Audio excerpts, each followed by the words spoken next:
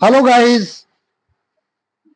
आज का टॉपिक है हमारा calculation the value of resistance bye colour coding. Resistance निकालने के कई मेथड हैं। मुझे लगता है आप में से कुछ लोगों ने मेथड पढ़े होंगे या कुछ ने नहीं पढ़े। सबसे आसान तरीका है रेजिस्टेंस निकालने का, किसी भी रजिस्टर की वैल्यू। सिंपल तरीका है मल्टीमीटर से रेजिस्टेंस पर सेट करो और जो भी अप्रोक्सीमेटली वैल्यू है उसकी 1000 ओम, 1 किलो ओम, 2 किलो ओम, उस पर सेट करके आपको बिल्कुल एक्यूरेट वैल्यू मिल जाएगी। ये हो गया हमारा डिजिटल मेथड बाय मशीन। एक तरीका और है, बहुत ही ज्यादा फेमस है, उसके बीच में भी कई मेथड हैं। जैसे सर्किट में V/IR ओम्स लॉ के हिसाब से। एक तरीका और भी है, बहुत प्रचलित है, और उससे पहले यही था, कलर कोडिंग सिस्टम। उसमें कोई इंस्ट्रूमेंट की जरूरत नहीं पड़ती, आप बिल्कुल ऑन द स्पॉट रेजिस्टेंस उठाएं हाथ में। बस आपको तरीका पता होना चाहिए। कलर कोड देखने से पता लग जाता है देखते ही कि ये रेजिस्टेंस कितने ओम का है। हम आज उसी पर चर्चा कर रहे हैं। हालांकि ये ज्यादा प्रचलित नहीं है, इसका यूज नहीं है। टेक्नोलॉजी बढ़ती जाती है और जो पुरानी टेक्नोलॉजी होती है वो लुप्त होती जाती है, तो इसकी कोई खास वो नहीं है। लेकिन फिर भी हमें आना चाहिए। जब तक पुरानी टेक्नोलॉजी नहीं आएगी तब तक हमें नई टेक्नोलॉजी हो सकता है समझ में ना आए, और समझ में आ भी गई तो उसकी हमें वैल्यू क्या है ये हम एहसास नहीं कर पाएंगे। जस्ट लाइक अगर रात है तो दिन का हमें एहसास होता है, अगर रात ना होती तो दिन नहीं होता। इस तरीके से पॉजिटिव नेगेटिव को दोनों का ही होना जरूरी है। अब मैं इसको एक्सप्लेन कर रहा हूं। मैंने ये बनाई है टेबल, ये कलर कोड की टेबल है, और इधर मैंने बनाया है रेजिस्टेंस। ये देखिए, तो मैं पूरा एक्सप्लेन करूंगा। मान लीजिए जो रेजिस्टेंस आपने उठाया है, मैं जिनकी बात कर रहा हूं, मैंने लास्ट वीडियो में बताया था, रेजिस्टेंस होते हैं कार्बन के। कार्बन के भी होते हैं और वायर बाउंड भी होते हैं। ठीक है, तो जो छोटे रेजिस्टेंस होते हैं, बहुत छोटे वाले, वो बहुत ही कम वैल्यू के होते हैं, कुछ ही ओम के होते हैं। 1000 ओम से नीचे के भी होते हैं, बहुत ज्यादा। ठीक है ना, तो वो सारे कार्बन के बने होते हैं। कार्बन के रेजिस्टेंस को बहुत छोटे भी होते हैं, वो लाइट इन वेट होते हैं, हल्के होते हैं और सस्ते भी होते हैं। उसे आप इस तरीके से पकड़ें, जिधर लाइनें नजदीक नजदीक हैं उसके ऊपर बनी हुई पट्टियां होती हैं बनी हुई कलर की, वो आप ऐसे पकड़ें। मान लो जैसे मेरी ये रेड कलर की पट्टी, आप इस तरीके से पकड़ेंगे। ठीक है, अगर आप देख पा रहे हो तो यहां से शुरू करते हैं आप। इधर पट्टी बनी होंगी 3 और एक पट्टी लास्ट में होगी। तो ये जो पट्टी है लास्ट वाली, इसमें सिर्फ 2 ही कलर की पट्टी आएगी।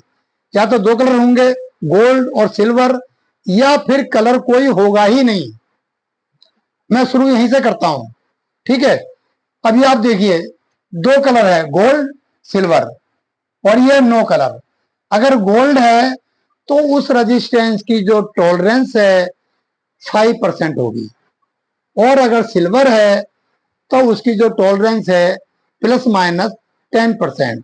अगर उसमें कोई कलर की पट्टी नहीं है, विदाउट कलर है, तो आप समझ जाइए कि जो उसकी टॉलरेंस है 20% है।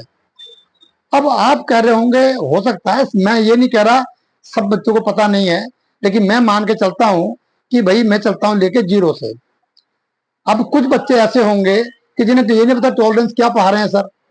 टॉलरेंस का मतलब ये है कि अगर रेजिस्टेंस 100 ओम का है और 5% उसकी टॉलरेंस है, तो वो 95 पे भी उतना ही काम करेगा और 105 ओम का भी काम करेगा। ये उसकी टॉलरेंस कहलाती है। उसका कुछ बिगड़ने वाला नहीं है, एक्यूरेसी में बिल्कुल फर्क नहीं आएगा। अब मैं समझ रहा हूं टॉलरेंस का पता आपको लग चुका होगा। ठीक है, ऐसे ही अब सिल्वर का 10% है, कोई कलर नहीं है तो 20% तक, यानी कि 100 ओम का रेजिस्टेंस लगाया हमने, तो 20 ओम नीचे या 20 ओम ऊपर आपका आराम से किसी भी सर्किट में वो एडजस्ट हो जाएगा। इससे कम ज्यादा हुआ तो आपको प्रॉब्लम आएगी, वो सर्किट वर्क नहीं करेगा। ठीक है, अच्छा, एक चीज हो गई। अब हम चलते हैं इस पे। ये देखिए, मैं शुरू से लेके चल रहा हूं, वो लगे हाथों आ गया। जो 3 पट्टियां थी इधर, तो उसको मैंने दिखाया। देखो यहाँ पे पहली पट्टी यानी कि first colour, second colour and third colour. ठीक है, तो ये क्या है, 3 कलर होते हैं, अलग अलग कलर। सारा गेम कलर के ऊपर है, पहली पट्टी, दूसरी पट्टी, तीसरी पट्टी किस कलर की है, बस इसी पे ही उसके जो वैल्यू है रेजिस्टेंस की, रजिस्टर की, वो उसी पे डिपेंड करती है।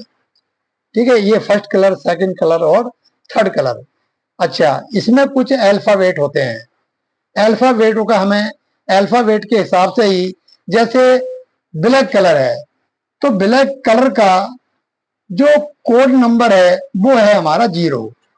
ठीक है, ब्राउन का 1 है, ये ऐसे ही रहेगा क्रम से।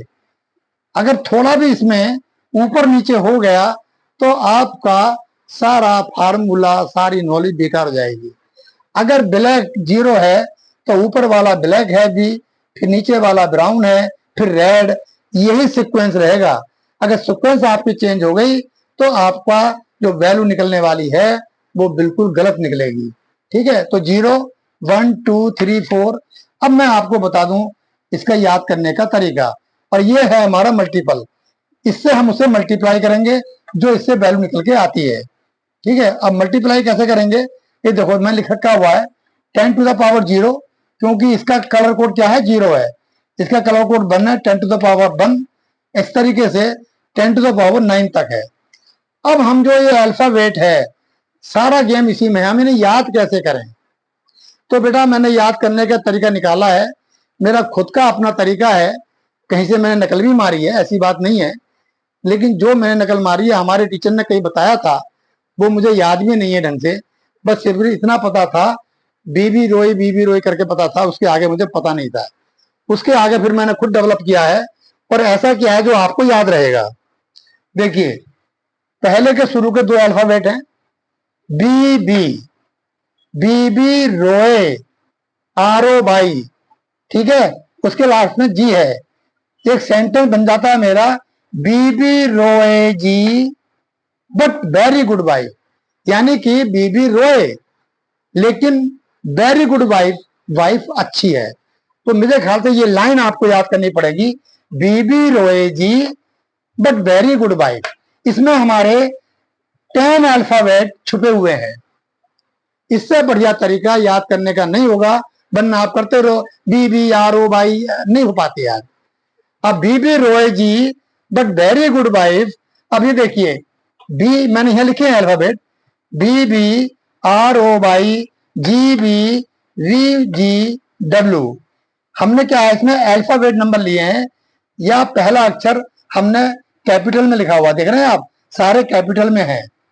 ये दोनों बी हैं तो इनका मीनिंग है, आर ओ वाई तीनों का मीनिंग है, जी का मीनिंग है, बट के अंदर सिर्फ बी का मीनिंग है, बाकी यूटी इसके हेल्प के लिए है।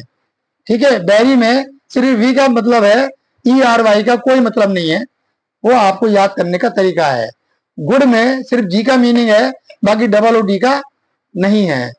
वाइफ में भी डब्ल्यू का है, आई एफ ई का नहीं है। अब इनको ऐसे ही लिख लो आप। अगर एग्जाम है तो जो हम करते थे, कॉपी की हम बैक साइड में फार्मूले लिखते थे, जो भी हमें मेमोरी में था उसे लिख लिया, उसके बाद में उसे क्रॉस कर दिया। तो ऐसे ही आप लिख सकते हैं B B R O Y, और यहां से चलेंगे 0 से, 0 1 2 3 4 9 तक हो गए 10 डिजिट। 10 अल्फाबेट छपे हुए हैं इस सेंटेंस के अंदर, और ये 10 डिजिट आप क्रम से करेंगे 0 1 2 3 9 तक। यही मैंने टेबल बनाया, देखो 0 से 9 तक। 2 बचते हैं लास्ट में, ये हमारे क्या है, ये टॉलरेंस वाली पट्टी है, गोल्ड सिल्वर। ठीक है, तो अब इससे ये पता लग गया। अब आपको ये अल्फाबेट याद हो गए होंगे, और जो इसके कलर कोड हैं वो भी याद हो गए, सिंपल है। जब अल्फाबेट याद हो गए तो कलर कोड भी याद हो गए, और मल्टीपल याद करने में कोई प्रॉब्लम नहीं है। जो कलर कोड है 10 टू द पावर वो लगा दो उसकी, कलर कोड 0 तो 10 to the power 0, colour code 2 तो 10 टू द पावर 2। इस तरीके से क्या करेंगे हम, ये 10 तक 10 टू द पावर 9 हो जाती है। अगर व्हाइट है पट्टी तो उसको हम 10 टू द पावर 9 से मल्टीप्लाई कर देंगे। ठीक है, अब ये जो हमने करा था पहला colour, second colour, third colour, ये मैंने पूरा एक्सप्लेन कर दिया है। अभी हम चलेंगे कोई एक एग्जाम्पल लेकर के, तब आपका ज्यादा क्लियर होगा। फिर मैं एक बार रिपीट कर दे रहा हूं, gold colour toll range +- 5%, silver colour toll range +- 10%, और विदाउट कलर कोई कलर नहीं है तो +- 20%। मल्टीपल कलर कोड अगर 10⁻⁴ कर दें उसकी, तो वो हमारा मल्टीपल निकल आएगा, याद करने की जरूरत नहीं है। बस दो याद करने पड़ेंगे, गोल्ड और सिल्वर का। इनका जो मल्टीप्लाई करते हैं हम 0.1 है, और सिल्वर का 0.01 है। इसमें और बाकी सब आपको याद हो गए होंगे, मुझे लगता नहीं है कि आपको अब याद करने की कोई जरूरत है। तो मैं अभी आपको बताता हूं, मैं जो एग्जाम्पल लूंगा मैं उसको दूसरे वीडियो में डालूंगा, ताकि ये वीडियो लंबी ना हो, ठीक है, आप लोग भी बोर ना हो। इस वीडियो को मैं यहीं समाप्त करता हूं। अभी मैं नेक्स्ट वीडियो एग्जाम्पल के साथ आपके सामने दोबारा आता हूं। तब तक के लिए नमस्कार।